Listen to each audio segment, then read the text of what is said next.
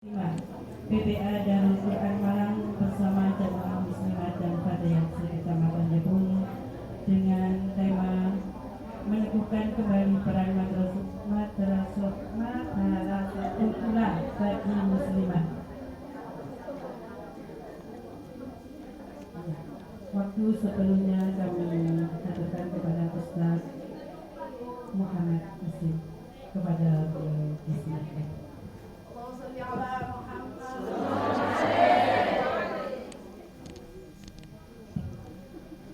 Assalamualaikum warahmatullahi wabarakatuh.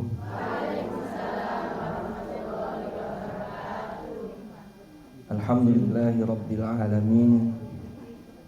Wabihi nasta'in ala umurid dunya waddin.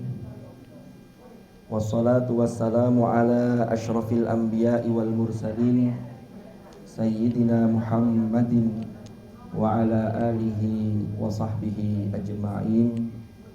Amma ba'd. Ingkang kawula hormati Ibu Ketua PAC Muslimat Kecamatan Jabung, Ibu Nyai Hariratul Fauzia. Kita kan sanes Pak Yai, lek Bu Nyai lho insyaallah. Ingkang kawula hormati Ketua PAC Fatayat Kecamatan Jabung. Nggih. Ingkang kawula hormati sedaya mawon ingkang rawuh para ibu-ibu muslimat, ibu-ibu fatayat. Fatayat nggih ibu-ibu nggih. Sahabat nggih. Kalau di IPPNU itu kan rekan-rekan kita. Menawi ten fatayat sahabat. Ten muslimat napa? Ibu nggih. Memang nek guyonane niku kan ngeten ya. Kan muslimat niku sudah ibu-ibu sampai mbah-mbah. Laten fatayat niku wonten sing Mahmud Abbas. Mamah muda, anak baru satu. Niku biasanya ten fatayat. Makanya kalau putrane sudah nambah lagi niku nanti pindah ke muslimat. Tapi ala kulli hal sedaya nggih muslimat. Mugi-mugi kembal kula lan panjenengan sedaya niki dipun catet oleh Allah Subhanahu wa taala sebagai amal ibadah, amal salih yang diterima dan diridhoi oleh Allah Subhanahu wa taala. Dan mugi-mugi semangat kula lan panjenengan, semangat panjenengan sedaya dalam rangka ngurip-nguripi jamiyah sekaligus kula lan panjenengan sedaya niki nambah-nambah ilmu iki mugi-mugi selalu Allah Subhanahu wa taala melimpahkan keberkahan kepada kita, keluarga kita, dan kita diakui sebagai santri dari Hadratus Syekh Kiai Haji Hasyim Asy'ari. Monggo kita kirim suratul Fatihah riyin kagem para muassis Nahdlatul Ulama. Mugi-mugi jariah-jariah beliau sedaya niki dipuntrami oleh Allah lan kula lan panjenengan saged istiqomah nglampahi kesainan-kesainan terutama murid-muridi jamiyah niki.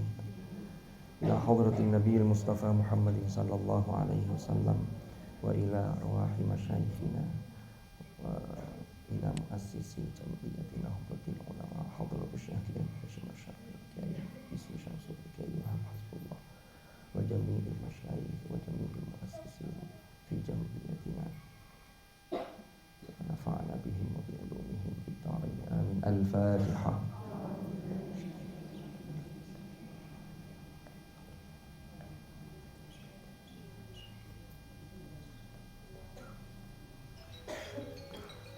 Nggih, matur nuwun.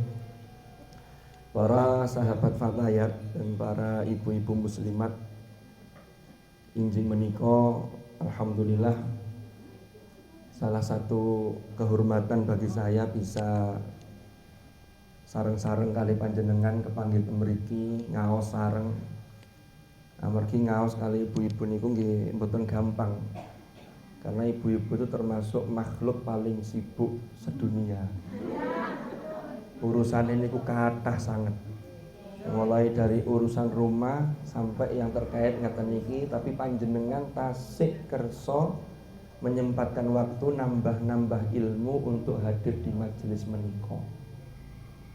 Niki lek acara poso-poso ya menten iki eco. Saged penghematan anggaran untuk konsumsi. Tapi memang kalau diadakan sore menjelang buka niki jelas ewet. Di omah duwe tanggungan nyiapaken ngeten-ngeten. Nggih. Durung lek putrane mangki request, "Bu, aku masakno iki." Wis mangke tambah titik sing ngaos. Maka ngaos injing-injing menika niki termasuk kesunahan-kesunahan di dalam bulan suci Ramadan yang memang kita lakukan. Karena dalam kitab-kitab fikih dijelaskan salah satu kesunahan dan adab puasa niku termasuk al-ishtighalu bil ilmi, yaitu menyibukkan diri dengan ilmu. Termasuk ngeten niki nambah-nambah ilmu. Para sahabat Fatayat dan ibu-ibu muslimat rahimakumullah. Niki tema kita pagi menika injing menika nggih meneguhkan kembali peran madrasah ula bagi muslimah. Kalau disebut bagi muslimah berarti Fatayat nggih katut. Nggih sedaya. Nggih. Salah seorang penyair sastrawan Arab niki setelah saya lihat itu syair ini itu dinisbatkan, ada yang menyatakan ini salah satu sastra dari sastrawan namanya Ahmad Syauqi, tapi ada yang bilang ini tulisan dari sastrawan namanya Hafidz Ibrahim. Ungkapannya itu ngeten Bu, al-ummu madrasatul ula idza a'dattaha a'datta sya'ban thayyibal a'raq. Niki yang disandarkan kepada Hafidz Ibrahim. Napa artinya? Seorang ibu itu adalah madrasah yang pertama tentunya bagi anak-anaknya. Kalau engkau mempersiapkan ibu ini secara baik, maka sesungguhnya mempersiapkan sebuah bangsa, sebuah generasi yang karakternya bagus. Kalau yang Ahmad Syauqi, syairnya ngeten. Al-ummu madrasatun. Mboten wonten ulai. Idza a'dattaha a'datta jailan thayyibal a'raq. Hampir sama maknanya. Seorang ibu adalah madrasah. Okay. Kalau madrasah ini dipersiapkan dengan baik, maka sesungguhnya mempersiapkan satu generasi yang bagus karakternya. Sehingga peran ibu ini luar biasa. Nggih napa nggih? Nggih. Kula niku sampai hari ini merasakan betul satu rumah itu kalau sosok ibu itu umpami yang sederhana mawon. Umpami seharian niku ibu niku wis kesel. Masak lalu wis tandang gawe dan lain-lain. Ini karena kebaikan panjenengan yang luar biasa itu. Sehingga penggawaian omah itu betul-betul dicandak semuanya. Lalu dalu niku jam 8 niku sampun sari. Nah ibu niku sampun sari luwih dhisik itu biasanya suasana griya niku sepi. Masih bapak niku jek melek. Tapi kadang-kadang kok jam 8 pun sari, jam 10 bapaknya gugah-gugah. Tapi nek bapak yang sari sejak awal jam 8 umpama pun sari, ibu tasik dereng sari, niku suasana rumah itu dalam tanda petik itu masih hidup. Jadi betapa peran ibu itu memang luar biasa.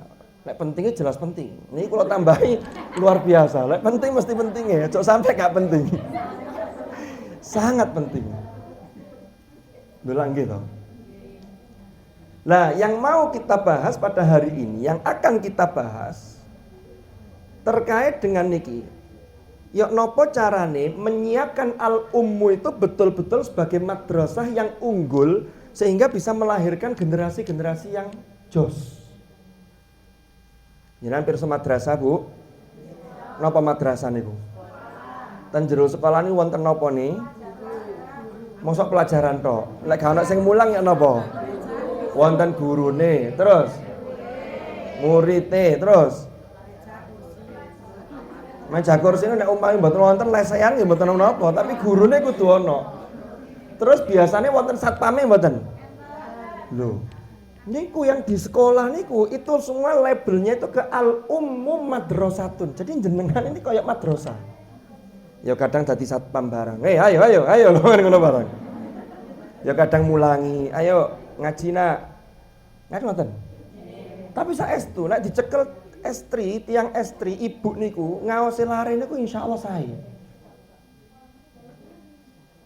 Nah, tutuk-tutukaken iki. Namine madrasah niku lengkap. Jenengan pun protes, waduh kok dadi wedok dituntut koyo ngene akeh. Niku mboten tuntutan. Tapi Allah sudah menciptakan makhluknya itu sesuai dengan fitrahnya masing-masing, dan kalau panjenengan ditakdir sebagai seorang ibu, maka berarti jenengan akan bisa menunaikan tugas-tugas sebagai atau sebagai ibu niku. Nah, kula terus terang mboten siap. Lho nggih, kula dadi ibu mboten siap kula. Kula tak dadi bapak mawon. Belum tugas-tugas yang lain, belum ketika melahirkan. Itu luar biasa. Kula sing ngene niku ketika uga kula niku 3, jaler sedaya. Nggih, lumayan. Sing bajeng niku kelas 1 sanawiyah. Niku anak ke-1 dan ke-2, saya tuh nunggui bagaimana perjuangan seorang istri itu melahirkan anak. Masya Allah. Disitulah saya betul-betul, aku gak sanggup lah dadi wedok iki. Tapi saya mensupport. Lah lahiran wis enten buteng sing saged ditunggui biasanya kan ten bidan.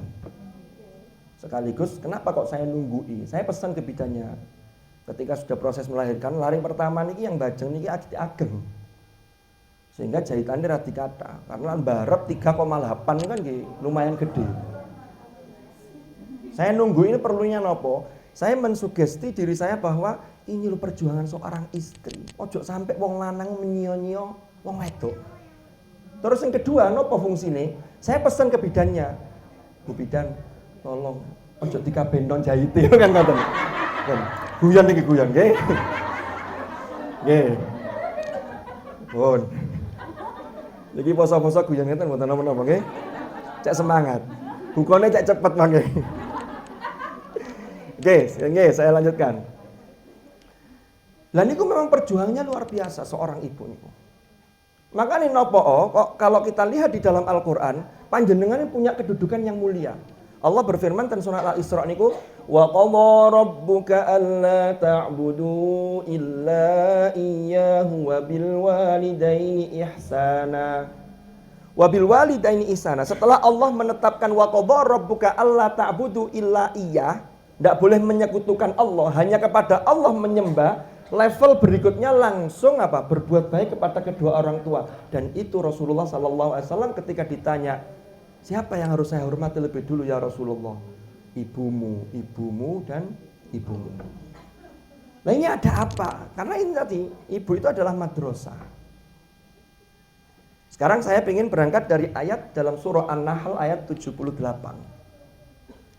Allah dawuh, Wallahu akhrajakum min butuni ummahatikum la ta'lamuna syai'a wa ja'ala lakumus sam'a wal absara wal af'idata la'allakum tashkurun.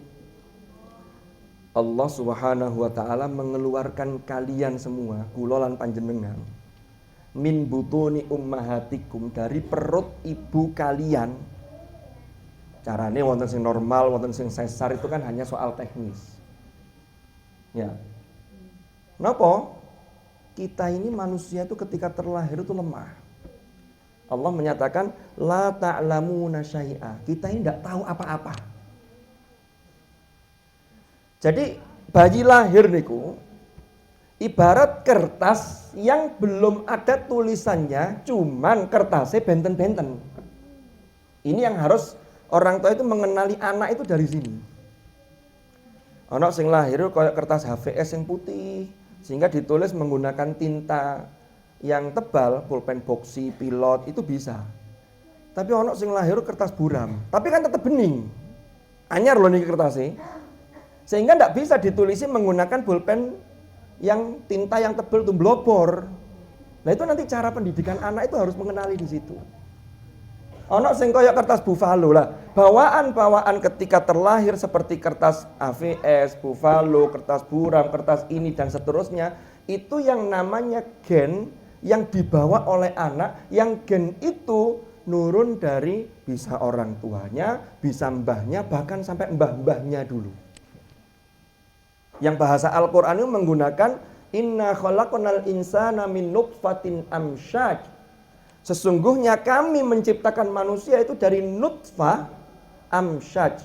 Nutfah niku adalah, mohon maaf, ini adalah pancaran spermatozoa ketemu dengan ovum sel telur yang kemudian itu disifati amsyaj. Amsyaj itu pertemuannya itu ini, amsyaj itu percampurannya itu sangat kuat. Sehingga disitulah kemudian para ulama menggali, ini maksudnya amsyad apa ini? Nutfah itu bentuknya mufrad tunggal, amsyad niku jamak. Maka yang jamak kalau mensifati mufrad yang bentuk tunggal, ini berarti mengandung pesan yang disifat itu sampai hal-hal yang terkecil.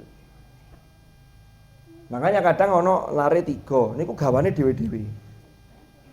Enggak ada Hugo Gansal. Yang pertama cenderung pendiam, yang kedua mboten kan ngoten ya. Lho ngono kadang-kadang ana nurun bapake, nurun ibuke, lek gak karo-karo nih mungkin teko mbahe.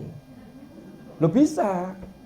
Baik itu secara ciri-ciri fisik atau bawaan sifat karakter yang nempel pada anak. Inilah yang saya gambarkan tadi seperti kertas yang macam-macam ini. Sehingga cara memperlakukannya harus berbeda. Situ kertas buram, situ kertas HVS, jenengan nulisnya podong gawe bolpen sing tintae blobor niku. Gak podo hasilnya nanti. Harus diperlakukan beda. Lah niku orang tua ini bisa memahami. Lah, manusia niku lahir para rawuh sedaya niku tidak ada satupun, ini kalau normal nggih. Kalau normal itu mesti lahir niku yang sehat, yang bagus, yang normal niku nangis. Lek mboten nangis, biasanya kali dokter diwalik ngaten. Tapi gak dingene-ngene nang mboten. Bahaya. Niku cek nangis. Manten-manten ketika nangis, jenengan mungkin tasih inget dulu ketika lahir. Wonten sing tasih inget pas lahir. Mboten nggih. Niku pas lahir niku, lek nangis niku uang niku gegem. Oe, oe. Tapi suaranya mboten ngeten niki bayi wis balik lek ngeten niki suarane. Mboten ngeten. Lah gegem itu sebuah simbol bahwa manusia itu ketika terlahir ke dunia, maka dia tidak punya modal yang tadi latak lamuna syai'ah, dia harus mengumpulkan banyak modal. Modal nopo? Modal ilmu. Termasuk ngumpulkan semuanya. Nyatanya kan ngumpulkan modal. Modal amal itu harus kita kumpulkan. Tapi nanti jangan lupa, tiang lek meninggal, lek wafat, lek normal meninggalnya, itu mesti tangannya jeber. Kalau ada tangannya gegem itu dalam kondisi tertentu, umpama naudzubillah terjadi kebakaran, tiangnya kebakar bertahan di sesuatu itu gegem, kobong, naudzubillah.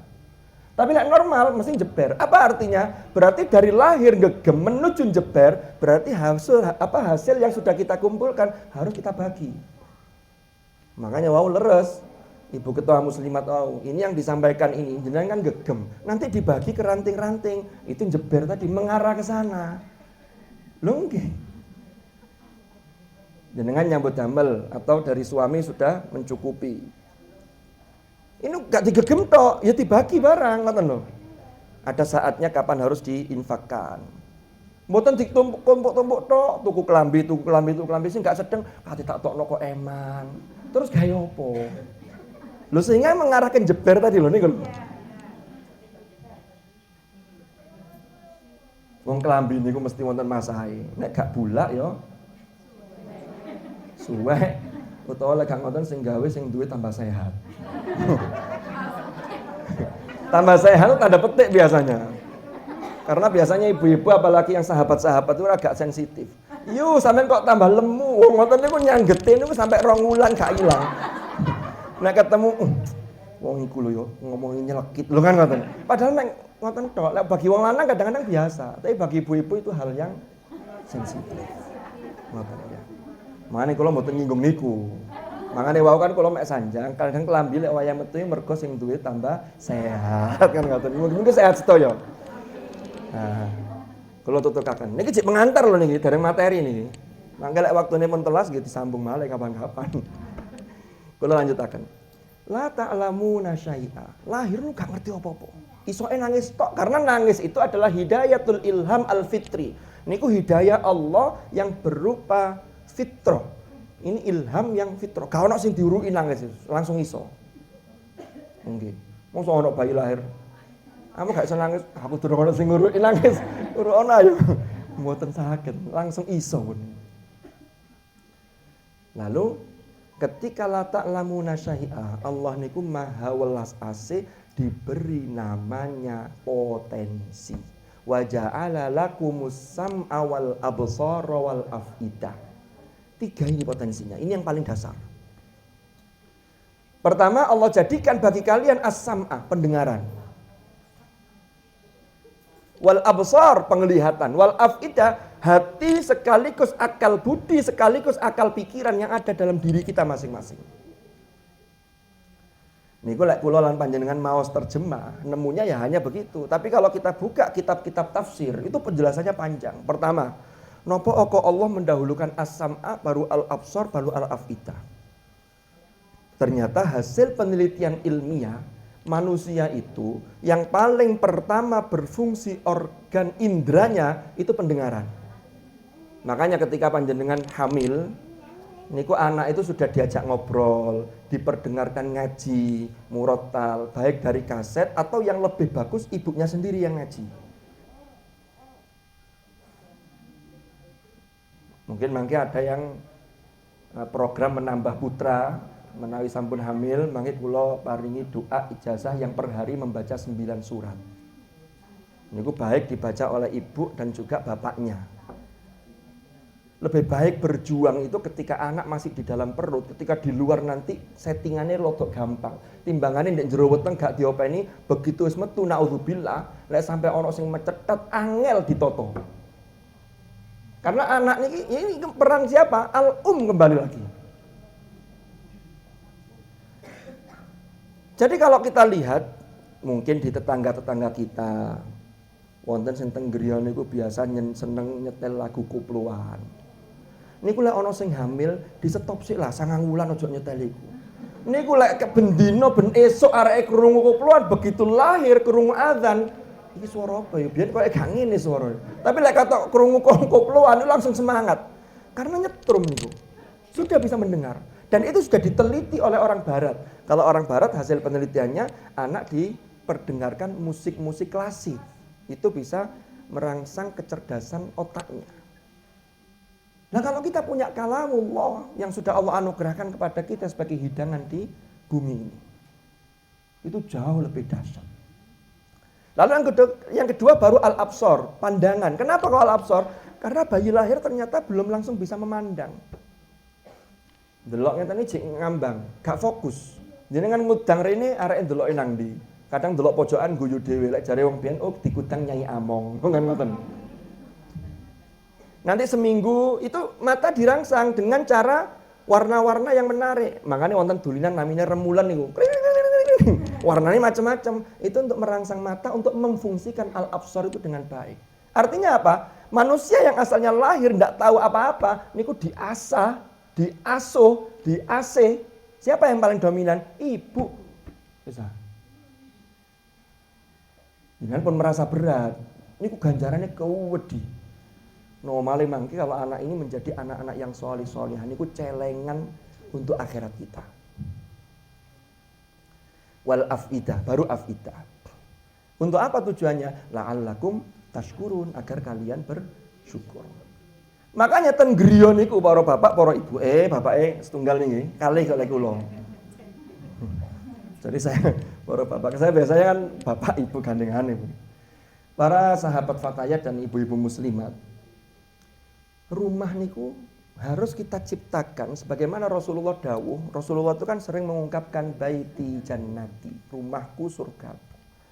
Sehingga kalau rumahku surgaku berarti di dalam rumah itu ada keteladanan, ada keharmonisan, ada kerukunan. Sehingga anak-anak kita pulang itu merasa mendapatkan perlindungan, merasa nikmat. Saat ini kan pengaruh-pengaruh dari luar itu luar biasa, termasuk pengaruh dari yang namanya gadget HP ini. Itu semuanya sudah masuk. Nah nanti kita harus ikut siapa? Nah nanti saya akan cerita tentang Sayyidah Maryam dengan ibundanya Nabi Musa alaihi salam. Ini baru pengantar ke sana. Loh, Maryam nggih, yang saya ceritakan nanti ditambahi ibundanya Nabi Musa. Maryam ibunya Nabi Isa. Nggih. Ada dua yang saya ceritakan tokoh perempuan nanti. Kita ngambil dari Al-Quran sehingga kita bisa memetik hikmahnya. Allah Subhanahu wa taala niku berfirman di dalam surah Al-Ankabut ayat 21 menceritakan tentang laba-laba. Laba-laba niku biasa laba-laba nggih? Spiderman. Oh. Laba-laba niku di dalam surah Al-Ankabut, bahkan di Al-Quran itu ada surat namanya Al-Ankabut. Al-Ankabut ini maknanya laba-laba. Di surah Al-Ankabut ayat 21 Allah berfirman, "Matsalul ladzina takhadhu min dunillahi awliya'a kamatsalil ankabut ittakhadhat baita. Wa inna auhanal buyuti labaitul ankabut law kanu ya'lamun." Yang terjemahnya adalah perumpamaan orang-orang yang mengambil pelindung selain Allah, artinya orang-orang yang menyembah selain Allah. Niku diibaratkan seperti laba-laba yang laba-laba itu membangun sarangnya, rumahnya. Kan rumah laba-laba ya sarang itu. Niki agak menggok sedikit. Dulu itu pernah ada ilmuwan yang memprotes bentuk dari ayat Al-Quran itu. Ayat Al-Qur'annya kan bunyinya ittakhadzat baita. Kalau kita pernah belajar ilmu-ilmu bahasa Arab, ittakhadzat itu ada taknitsnya yang menunjukkan muannas, perempuan. Padahal Al-Ankabut itu aslinya dihukumi mudzakkar karena taknya bukan tak taknis, tapi taknya itu tak asli. Tak asli. Sehingga seharusnya ittakhadza baita, bukan ittakhadzat. Tapi nggak mungkin kalau Quran itu salah, nggak mungkin karena Quran bukan buatan manusia, tapi Quran adalah kalamullah kan ngoten. Ternyata setelah diteliti tentang ilmu perlaba-labaan, tibake para rawuh sing saged ndamel sarang kados ngoten niku itu hanya laba-laba jenis betina. Nah, ini kan luar biasa. Ya sama kayak manusia itu yang bisa melahirkan yang perempuan, tapi penentu jenis kelamin dari laki-laki ada kromosom X dan Y, tapi yang melahirkan perempuan. Ini bukan untuk saling unggul-unggulan, tapi Allah ciptakan itu agar saling bersinergi. Tapi semuanya di hadapan Allah tetap derajatnya adalah terkait dengan siapa yang paling bertakwa. Kan ngoten. Saya kembali ke tentang laba-laba tadi. Lalu ayatnya mengatakan begini, wa inna auhanal buyut labaitul ankabut. Sesungguhnya yang paling lemah, jadi rumah yang paling lemah itu adalah rumahnya laba-laba. Ini bisa didekati dengan dua penafsiran. Ada kesan yang berbeda antara satu mufassirin dengan yang lain. Yang pertama ngeten. Kalau kita lihat secara zahir, sarang laba-laba itu umpami jenengan wonten ten dhuwur lan ngoten niki. Ana sawang barang. Sawang itu kudune disawang. Sawang. Disawang kok gak penak diresiki. Lek wis ilang gak iso disawang. Soalnya sawangnya pun dicap. Wonten sarang laba-laba. Niku jenengan mendet sapu, biasanya sapu sing dawa, soalnya sapu sing ndak datang golek kursi barang, rawan tiba. Kan biasanya teng griya-griya wonten sing sapu khusus atas nih. Gampang mboten ngilang ini, gampang. Sret. Bahkan wonten laba-laba gawe sarang ini dicawok ngeten tok rusak. Maka itu boleh jadi itu juga bentuk wa inna auhanal buyut labaitul ankabut. Tetapi ada catatan ilmiah ngeten. ternyata sarang laba-laba itu kan jenisnya banyak. Mulai ada yang biasa yang tidak beracun, sampai ada laba-laba itu yang sangat mematikan. Karena laba-laba itu jenis serangga yang tidak kecil, itu jenisnya macam-macam. Mungkin kalau monggo bareng itu bagian dari laba-laba. Ya. Lah, laba-laba niku dengan sarangnya niku para rawuh, itu ternyata untuk menjerat musuhnya itu ketika sudah nyantol di sarangnya itu tidak bisa gerak. Padahal ketoke rapuh, tapi Allah ciptakan itu kuat untuk merangkap, memberi perangkap bagi musuh yang akan dia makan. Nyamuk bleng kena, gak iso ucul nyamuke. Gak kuat. Iya lek awake dhewe ndeloke lemah karena manusia kita. Tapi bagi nyamuk, sarang laba-laba itu kuat. Lah Spiderman itu menggabungkan antara kekuatan ini. Sehingga sarang laba-laba itu seret, orang bisa gaya tarian naik ke gedung. Nah ini imajinasi tapi. Dengan nanti mirsani film Spiderman. Karena sesungguhnya sarang ini yang terdiri dari benang-benang itu yang dihasilkan laba-laba betina itu juga kuat. Ada satu sudut pandang yang lain. Apa yang dimaksud Al-Quran rumah laba-laba itu lemah? Syekh Mustafa Mahmud itu menjelaskannya.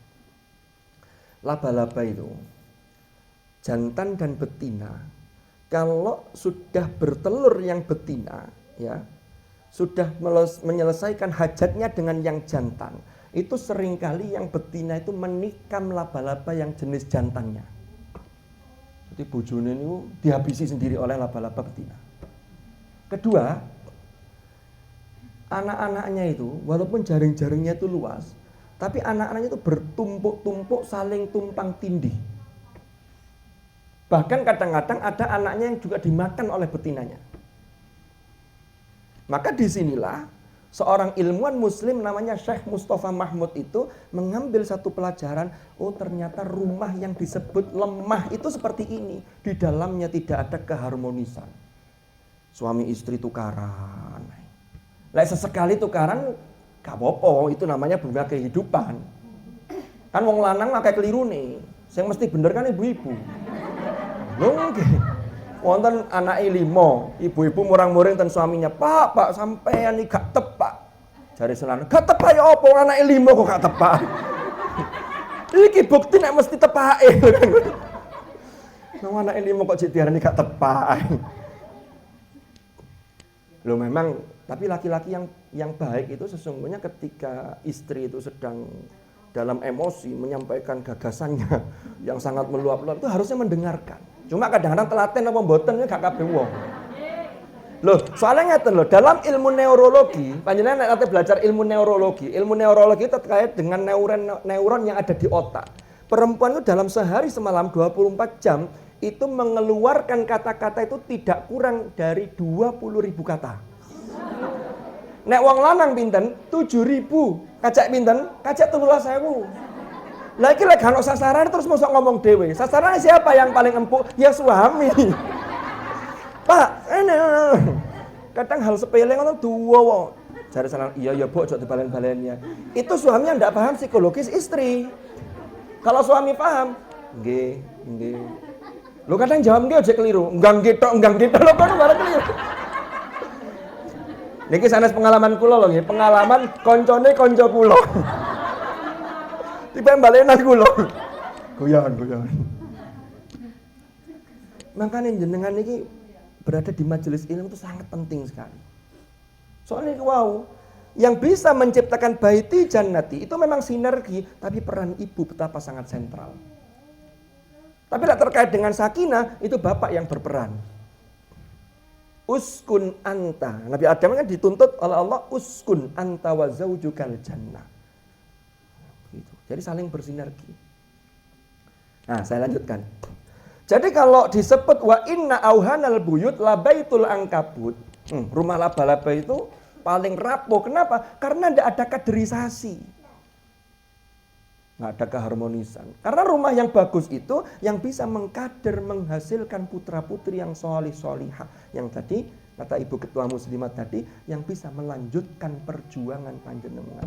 Nek kita sudah bisa ngaji, maka anak kita harus lebih. Nek kita kok ketepaan gak patah iso ngaji, gara-gara biyen gak ngaji, maka anak kita yang harus bisa menjadi pionir, sehingga anak kita bisa mengangkat derajat kita di hadapan Allah Subhanahu wa Ta'ala. Ini penting. Jadi itu yang dimaksud dengan rumah yang paling rapuh. Sehingga di rumah kita jangan sampai menjadi rumah seperti rumahnya laba-laba. Lah carane ya nopo? Lah ini kita mulai. Ya apa carane? Ya kita isi. Dimulai dari siapa? Dari kita. Banyak orang tua, bahkan mungkin semuanya nih. Saya yakin tidak ada orang tua yang tidak ingin punya anak yang tidak soleh, itu tidak ada. Pasti ingin punya anak soleh. Cuman tidak semua orang tua mau mengupgrade dirinya, mau meningkatkan kualitasnya untuk menjadi soleh lebih dulu. Sehingga niku anak etok dituntut kongkon soleh. Ayo ngaji le. Bapak ibu kadang gak ngaji. Mari maghrib, ya kok ngaji. Mana bapak ibu nyekel HP. Loh niku kadang ngoten niku. Tapi mboten di sini, itu yang ndak hadir di sini. Kalau di sini insya Allah sampun saya sedaya. Ya, lu kan ngoten. Nek niki mboten nggih? Mboten jauh beda kok. Mboten temenan iki. Anu mawon ditulisi jam sekian sampai jam sekian off. Sehingga HP memang itu tantangan kita saat ini berat di situ. Berat. Normalnya sing kadung seneng delok seri drama, seri film-film napa? Korea atau selain Korea kemarin yang sempat viral apa? Layangan putus, Masya Allah. Indonesia sudah kayak gitu. Ya memang ceritanya bagus nih, cuman dalam tayangannya kan banyak hal-hal yang kurang mendidik. Gara-gara layangan putus itu kata bapak-bapak mesti setiap pulang tuh dicurigai. Padahal nyambut gawe ini temenan, mulai dicurigai. Ojo-ojo kayak layangan putus, ya Allah. Jenengan nonton ngotennya boleh untuk diambil ibrah, tapi ojo kemudian baper sehingga masuk ke dalam perasaan lalu iki kok ngene. Sampeyan anu yo, sampeyan ojo. Suudzon itu dilarang itu karena di situ. Itu bahaya sekali suudzon itu. Suudzon dengan kalau sudah ada indikasi beda gitu. Oke, saya lanjutkan lagi, kembali ke materi tadi. Terus apa yang harus kita lakukan agar rumah kita ini tidak rapuh seperti rumahnya laba-laba? Nggih, monggo. Yang saya ingin ceritakan yang pertama, niku kisah tentang Sayyidah Maryam. Jangan pirsa kan, Maryam niku ibundanya Nabi Isa. Yang Allah titipkan satu kekuasaannya yang luar biasa, yaitu adanya Isa dalam perut, dalam rahim Maryam tanpa kehadiran sang ayah. Tapi ini gak bisa ditiru, khusus Maryam nih. Naudzubillah, ono wong saiki aku koyo Maryam, gak mungkin, ndak mungkin. Mboten mungkin. Ya mesti ngawur niku. Nggih, jelas hoax niku. Kasus niku. Maryam niku bapaknya namanya Imron. Yang kemudian keluarga Imron itu diangkat kisahnya bahkan menjadi satu nama sendiri namanya surah Alu Imron, suratu Ali Imron.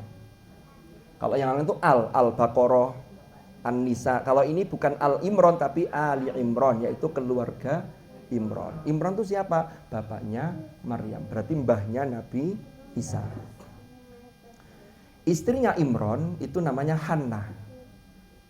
Makanya badhe melahirkan kula singen angsal ijazah sing guru kula, suaminya baca atau yang bersangkutan baca Hannah waladat Maryam, Maryam waladat Isa, ukhruj ayyuhal maulud biidnil malikil ma'bud. Cek gampang. Alhamdulillah kula ngamalaken niku gampang. Sanes kula. Nek kula niki tasik dalam kondisi hamil tapi mboten saged melahirkan. Niki kira-kira 3 bulan setengah. Niki senggare kelambi gak cukup ngenten iki tambah sehat to niku nggih. Nggih, kita lanjutkan. Ibundanya Maryam yang namanya Hannah niku kakak adik dengan istrinya Nabi Zakaria. Saya lupa namanya. Jadi Nabi Zakaria itu istrinya Nabi Zakaria itu saudaranya istrinya Imron. Ketika itu, ini kan termasuk nabi-nabi yang diutus di kalangan Bani Israel.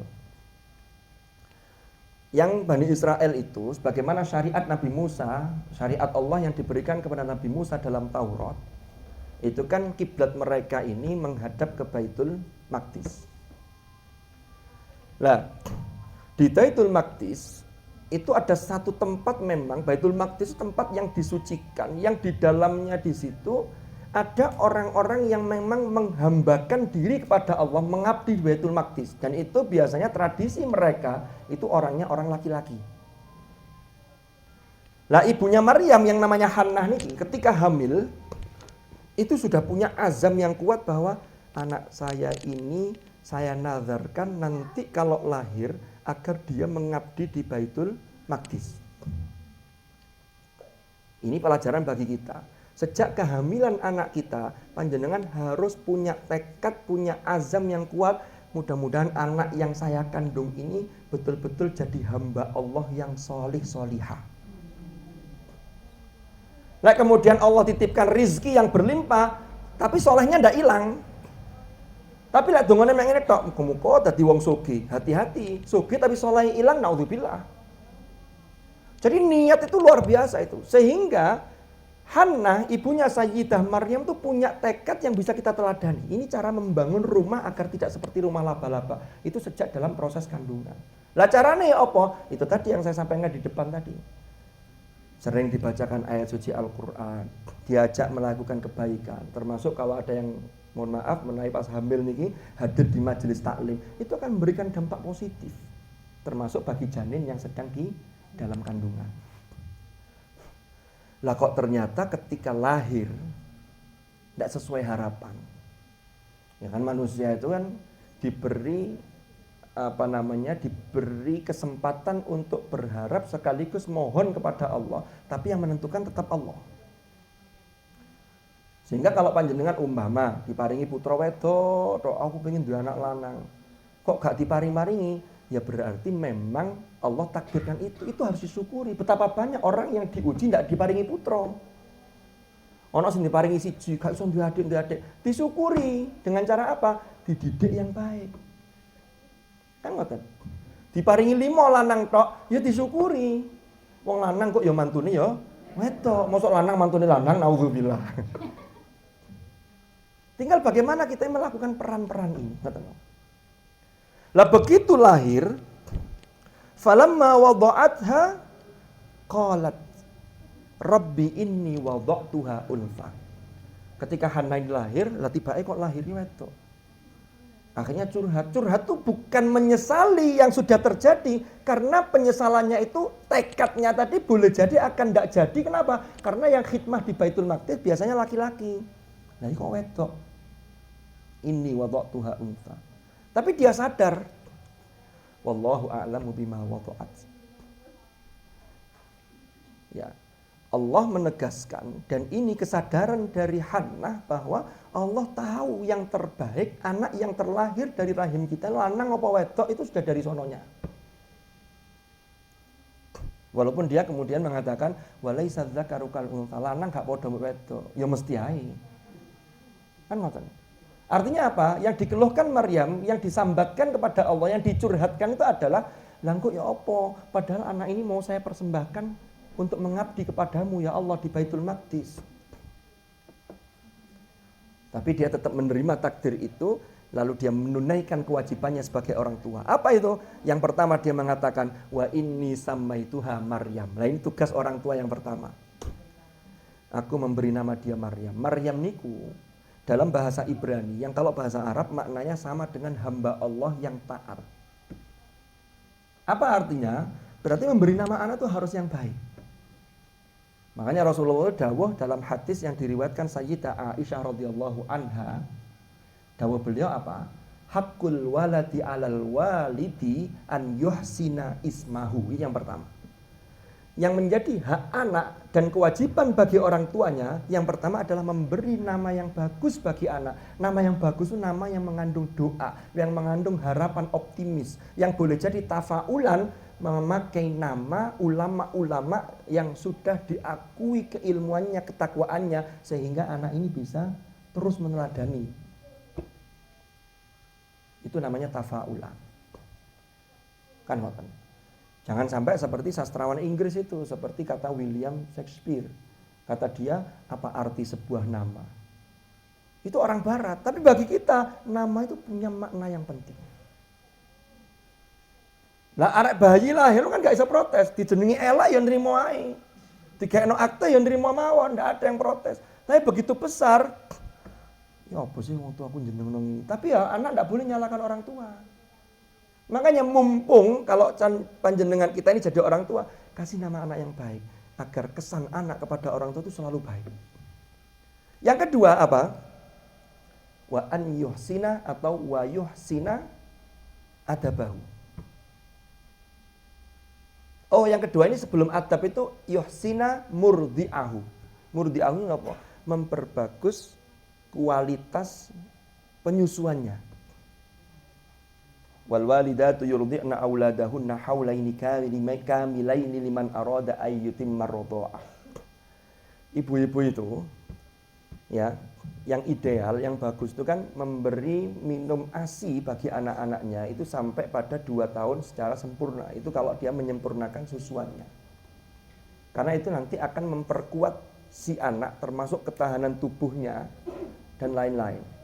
Maka anak yang ketika lahir tidak diminumi ASI, hanya susu formula, itu biasanya nanti ketika dewasa, itu bahasa Inggrisnya anak ini menjadi gopok. Itu bahasa Inggrisnya. Gopok. Nah itu lagi-lagi peran ibu. Lalu air susu itu harus steril. Artinya steril itu apa? Makanan yang dimakan oleh ibu itu, kalau dari gizi iya, tapi juga halalnya. Sehingga halal itu melahirkan thayyib. Nanti akan berproses itu menjadi mengalir dalam darah dan daging si anak itu. Itu nanti yang bisa menghasilkan an yuhsina adabahu. Akhlaknya jadi baik. Karena pengaruh makanan itu kuat loh nggih. Ya ayyuhar rusulu kulu minat thayyibat wa'malu sholihah. Wahai para rasul, makanlah yang bagus-bagus. Kalau sudah thayyib maka sudah pasti halal. Kalau halal belum tentu thayyib. Jadi kan mungkin nanti maca ayat halalan thayyibah, halal thayyib. Nek thayyib mesti halali. Karena thayyib itu ya halal sekaligus bergizi, sekaligus steril, sekaligus pokoknya lengkap lah. Sesuai dengan kondisi kita. Makan daging kambing bagi yang punya darah tinggi itu halal tapi tidak thayyib. Tapi bagi yang darah rendah halal dan thayyib. Tempe itu hemat tapi bagi yang punya asam urat halal tapi tidak thayyib. Bayem barang niku nggih. Jadi itu kategorinya itu di Al-Quran itu sudah jelas ada halalan thayyibah. Lah nanti kulu minat thayyibat wa'malu sholihah. Sehingga orang itu kalau asupannya halal diajak bagus itu gampang. Tapi nek asupannya tidak jelas, naudzubillah. Rodo angel. Tidak. Nah, terus lanjutannya begini. Wa inni u'idzuha bika. Dan sesungguhnya aku, ini di ayat surah Ali Imran ayat 36. Setelah memberi nama, Sayyidah Hannah, ibunya Maryam, itu menyatakan begini, dan aku mohon perlindunganmu untuk dia, untuknya. Berarti tugas yang kedua kalau dilihat dari ayat ini, orang tua itu harus menyiapkan anaknya untuk melindungi. Pertama dilindungi secara zahir, yang kedua harus mempersiapkan agar anak ini bisa melindungi dirinya hingga selamat sampai akhirat. Berarti diberi pendidikan agama yang memadai. Lalu di rumah ada pembiasaan-pembiasaan yang positif. Wa dzurriyyataha. Jadi Ibunda Maryam ini tidak hanya untuk Maryam tapi dzurriyahnya juga. Berarti apa? Regenerasi itu diperlukan dan itu sangat diperhatikan. Mohon perlindungan dari apa? Minasyaitonir rajim, dari godaan setan yang terkutuk. Ya kalau masih bayi sering dibacakan ayat-ayat ayatul hirzi, ayat-ayat penjagaan. Pagi sore dibacakan zikir, dibacakan Quran, itu dalam rangka untuk memberi perlindungan itu. Nanti anak mulai sudah agak besar diajak ke TPQ, diajari ngaji. Lalu kalau sudah usia sanawiyah, nah dikirim ke pesantren. Nah nanti dikirim pesantren kita akan belajar dari ibundanya Nabi Musa. Jadi ini yang dilakukan oleh ibunda Hannah, ibu dari Sayyidah Maryam. Sehingga yang dihasilkan adalah Maryam yang sangat sholihah. Yang kalau kita baca, saya ini beberapa kali menyampaikan, di masyarakat kita ini kan sering kalau orang hamil neloni ya, itu biasanya dibacakan surah Yusuf dan Maryam. Kalau jenengan ditanya, nopo bu kok diwacana Yusuf Maryam? Jawabannya yang simpel biasanya, lek lanang cek ganteng kayak Yusuf, nek wedok cek ayu kayak Maryam. Itu benar, tapi jangan berhenti di ganteng dan ayu secara fisik. Tapi ganteng dan ayu secara batin, akhlaknya itu yang paling dominan. Kita lihat kenapa kok Yusuf dan Maryam. Di surat Yusuf dan Maryam itu dua-duanya ada kisah mengenai godaan terberat bagi laki-laki dan perempuan.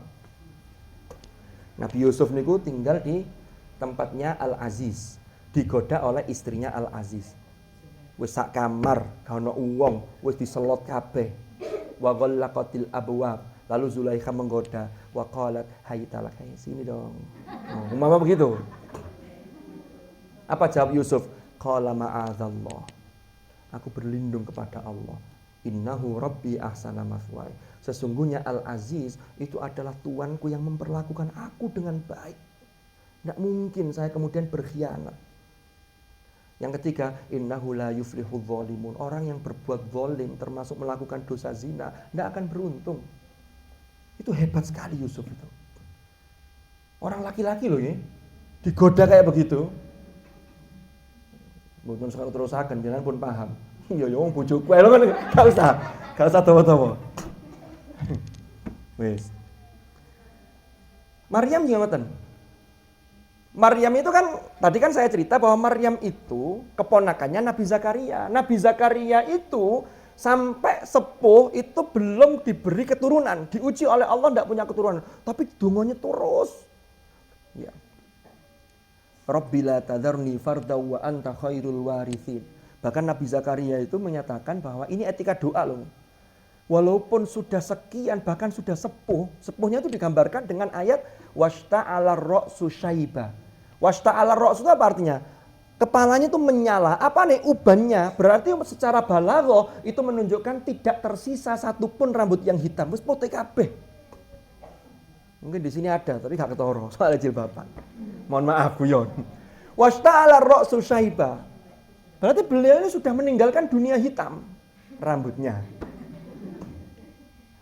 Saking sepuhnya. Lalu beliau curhat kepada Allah, Rabbi inni wahanal azmu minni. Tulang-tulangnya itu sudah rapuh, wis lemes. Orang itu kalau semakin usianya bertambah itu gampang cepat kesel. Normalnya ibu-ibu. Mantung lahirno lari setunggal, lari kali, lari tiga, lari gangsal, pun beda rasanya. Keselin awak nih loh. Loh, saya tidak bisa merasakan karena saya bukan ibu-ibu. Tapi saya mencoba untuk melihat dan berempati sebagaimana istri saya itu. Biyen dua anak siji, ngeten. Kok saiki dua anak telu, jadi tingkat keselnya itu sudah beda. Podo-podo tandang gawe nih, itu luwih keselan anaknya tambah akeh. Makanya wong biyen niku luar biasa nih. Putrane 14. Tapi tiang singan jamune banyak luar biasa ya. Nah kita ini anak-anak sekarang ini orang-orang sekarang kadang-kadang sudah meninggalkan jamu. Yes.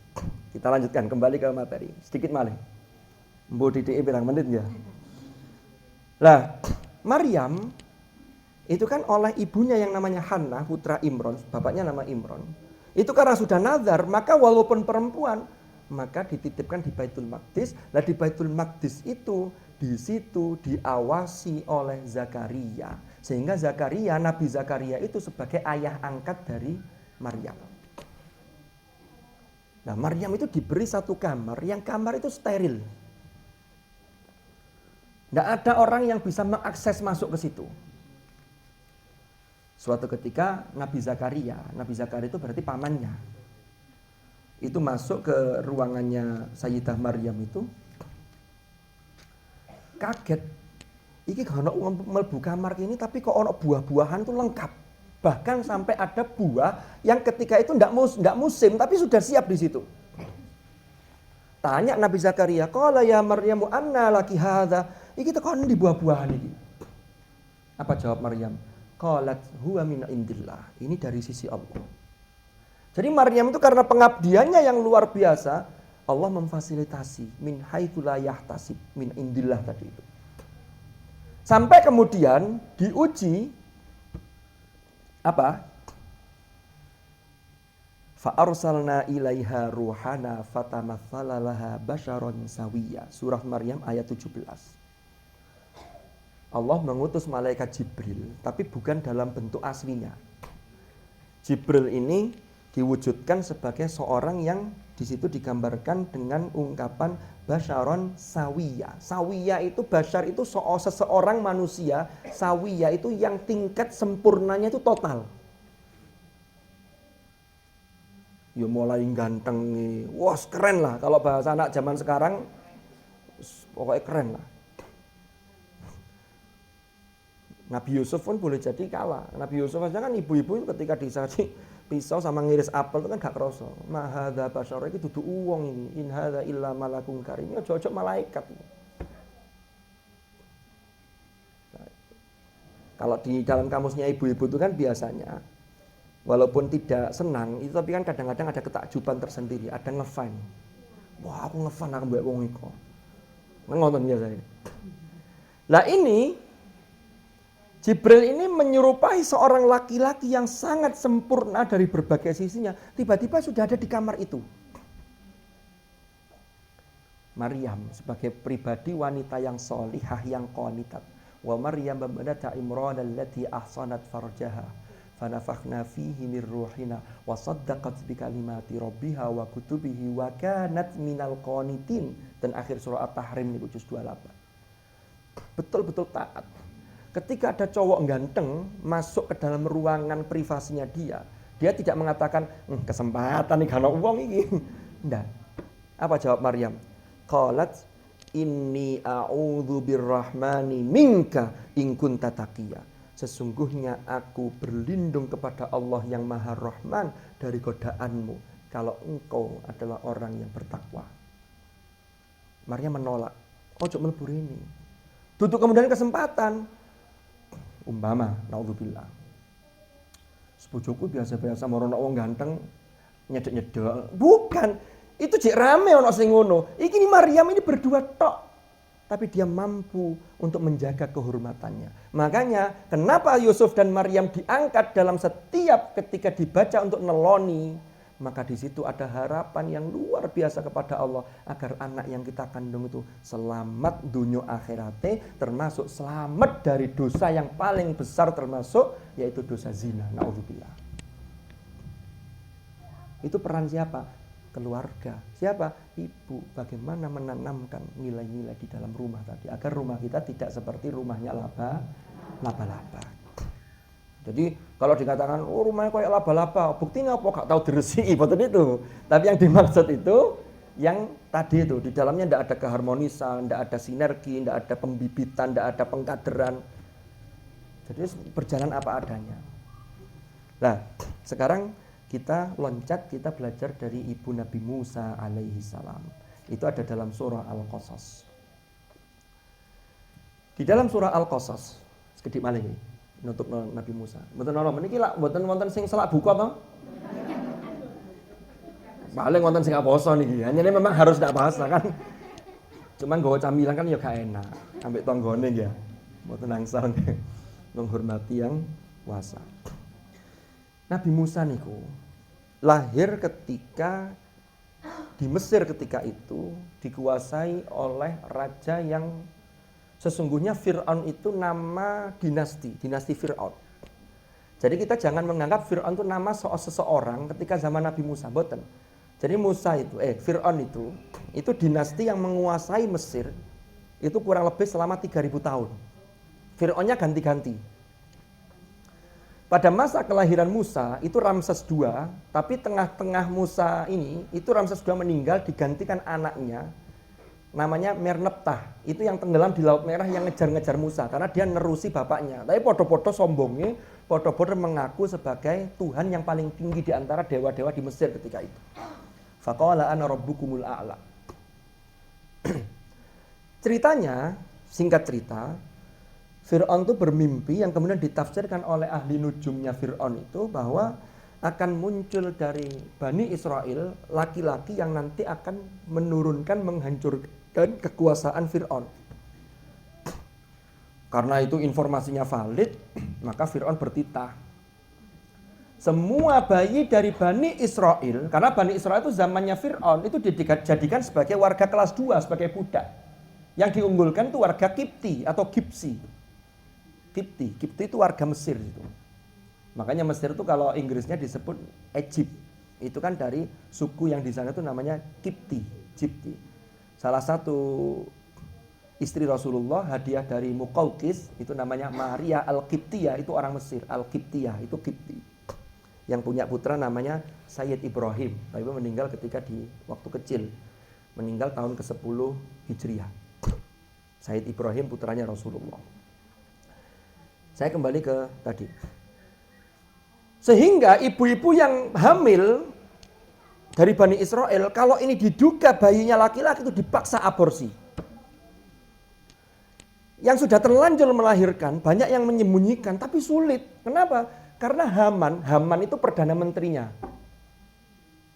Perdana Menterinya Fir'aun. Itu selalu keliling dan menyebar banyak mata-mata spionase untuk memantau di mana ada bayi lahir. Bayi lahir itu kan sulit untuk disembunyikan. Ono tangisan, mesti bayi iki. Gak mungkin wong gede nangise, beda cara nangis. Sampai akhirnya dia curiga di satu rumah namanya Yuhanith, itu ibundanya Nabi Musa. Itu lahir seorang bayi yang kemudian oleh Yuhanith ini, bayi itu dikerukupi dengan selimut tebal, dimasukkan ke dalam tungku api biasanya untuk penghangat ketika musim dingin. Tapi apinya tidak dinyalakan. Setelah itu dia keluar, ya nyari belanja lah untuk keperluan. Tapi zaman dulu belum ada belanja Pampers, tidak ada. Susu formula tidak ada. Jadi susunya masih asli air susu ibu. Tiba-tiba